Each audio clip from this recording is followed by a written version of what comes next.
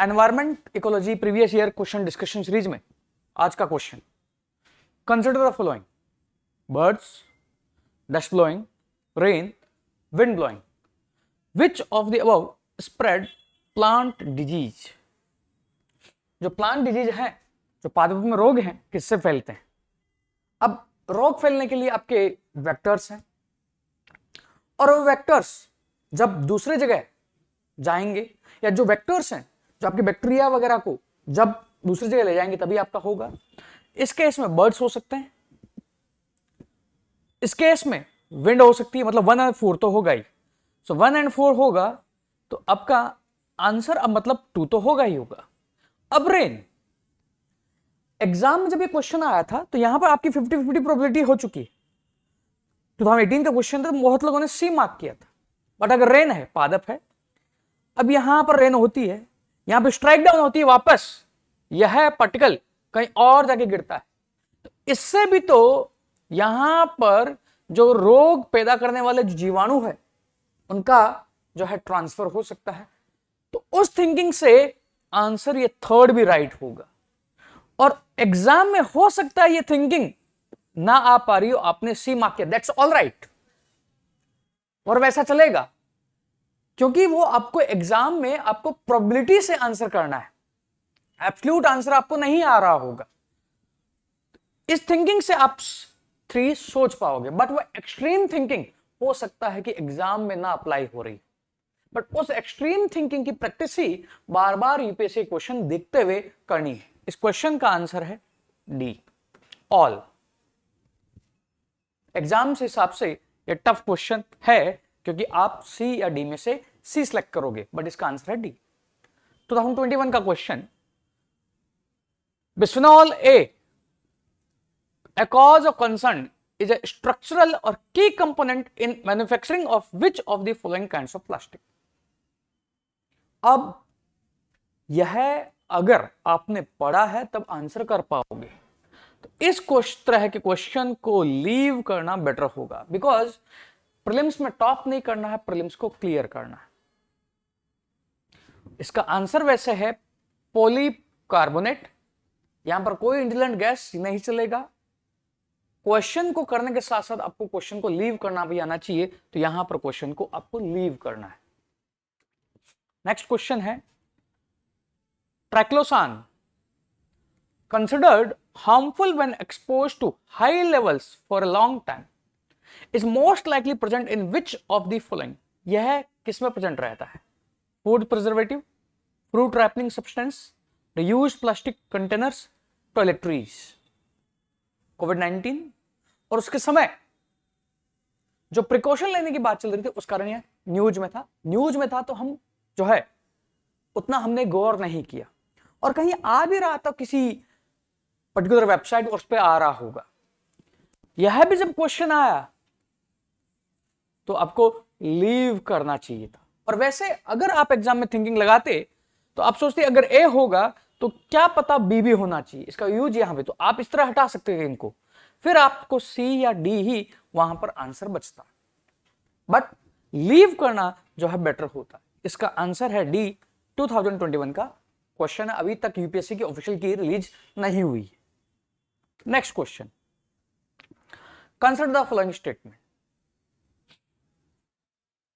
यह क्वेश्चन है, इसका आंसर क्या होगा? क्या प्रीवियसली यूपीएससी ने जो पूछा है, क्या हमने वो ऑप्शन देखे? सीरीज का मकसद यही नहीं है कि हमें इंटेलिजेंट गेस करना है, अपितु यूपीएससी ने अगर पहले क्वेश्चन पूछे तो जो ऑप्शन है वह भी हमें क्लियर कट मालूम होना चाहिए, ताकि नेक्स्ट क्वेश्चन पूछे तो हम आंसर कर पाए।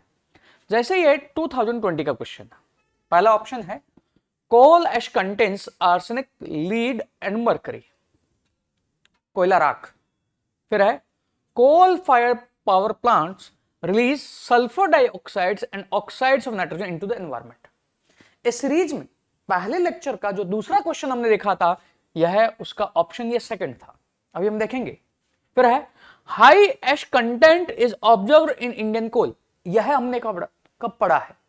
ज्योग्राफी की जो सीरीज देखी है उसमें ये थर्ड ऑप्शन है। मैं एक एक करके आपको दिखाता हूं। यह क्वेश्चन हमने देखा था, 2011 का क्वेश्चन है, जहां आपका पावर प्लांट्स हैं, थर्मल पावर प्लांट्स, उससे क्या उत्सर्जित होता है ये बताया गया। और थर्मल पावर प्लांट में यूज क्या होता है? कोल। तो ऑब्वियस सी बात है ये तीनों उत्सर्जित हो रहे होंगे और यही आपका सेकंड ऑप्शन। नेक्स्ट देखिए, नेक्स्ट है, यह क्वेश्चन जो है ज्योग्राफी में हमने किया था कि इंडियन कोल में क्या होता, हाई एश कंटेंट, लो सल्फर कंटेंट, लो एश फ्यूजन टेम्परेचर, ये हमने क्वेश्चन किया था। फिर एक क्वेश्चन ये भी आगे आएगा फ्लाई ऐश पर, और यह क्वेश्चन भी यूपीएससी पहले पूछ चुका है, और यहां पर ये ऑप्शन दिए हुए हैं, ऑप्शन दिए हुए हैं, और इससे भी आप इस क्वेश्चन का जो है अंदाजा लगा सकते हो। हाई एश कंटेंट होता है, यह भी है, और वहां पर जो मैं बताता हूं, इसका ये जो थर्ड ऑप्शन है, fly ash is made up of silicon oxide, calcium oxide only and does not contain any toxic element.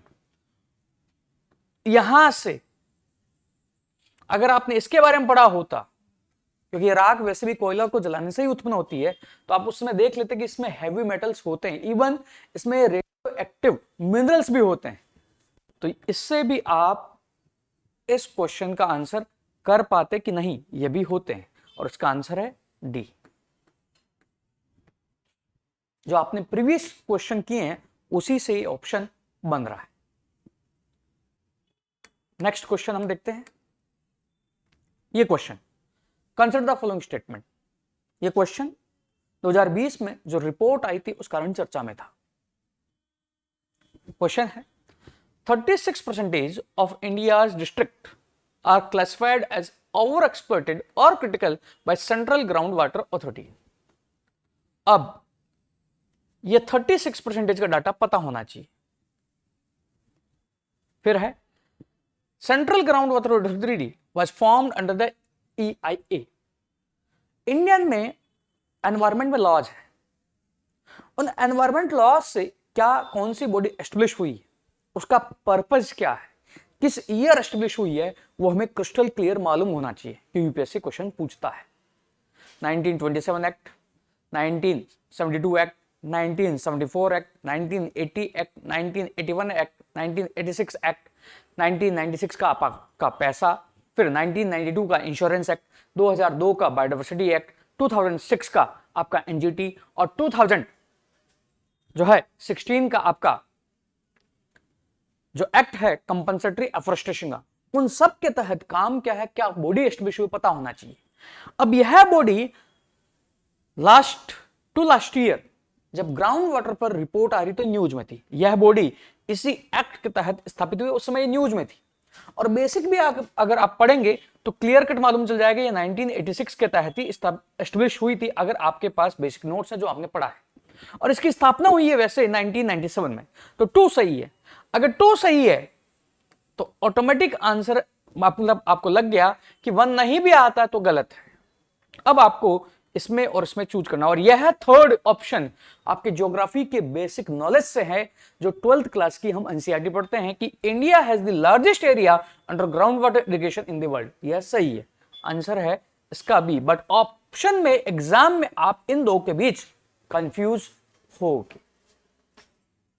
अब इस तरह की जो एनवायरमेंटल अथॉरिटीज है उसका एक अलग से सेक्शन हम बाद में डिस्कस करेंगे, बट इससे यह मालूम चलता है कि यूपीएससी कैसे क्वेश्चन पूछ रहा है। तो एनवायरमेंट के कंटेक्स्ट में जब इस तरह की रिपोर्ट्स आ रही है, वो बॉडी कौन उसको दे रही है वो हमें पढ़ना है। और पिन पॉइंटेड अगर हमें डाटा नहीं भी पता है तो हमें वहां पर यूपीएससी ऑप्शन ऐसे डिजाइन करेगा कि हम कर ले जाएंगे, बिकॉज और उसके लिए हमें बिलीफ होना चाहिए we can do, because prelims is all about जो है यह सिलेक्शन का एग्जाम नहीं है, यह एक्सक्लूजन का एग्जाम है। उस एक्सक्लूजन से आपको बचना है। सिलेक्शन का एग्जाम आपका मेंस और आपका इंटरव्यू है। सो आज के लिए इतना ही। नेक्स्ट हम आगे की जो सीरीज है वो डिस्कस करेंगे। आगे की सीरीज में स्पीशीज हैं, उन स्पीशीज पर जो है हम चर्चा करेंगे, और उससे हमें मालूम भी चलेगा कि हमें कुछ भी स्पीशीज नहीं पढ़ने हैं जो न्यूज में रहते हैं, जो यूपीएससी बार बार पूछ रहा है, उनको हमें देखना चाहिए। सो आज के लिए इतना ही। वीडियो को लाइक कीजिए, चैनल को सब्सक्राइब कीजिए, and you can share this video as well. Thank you.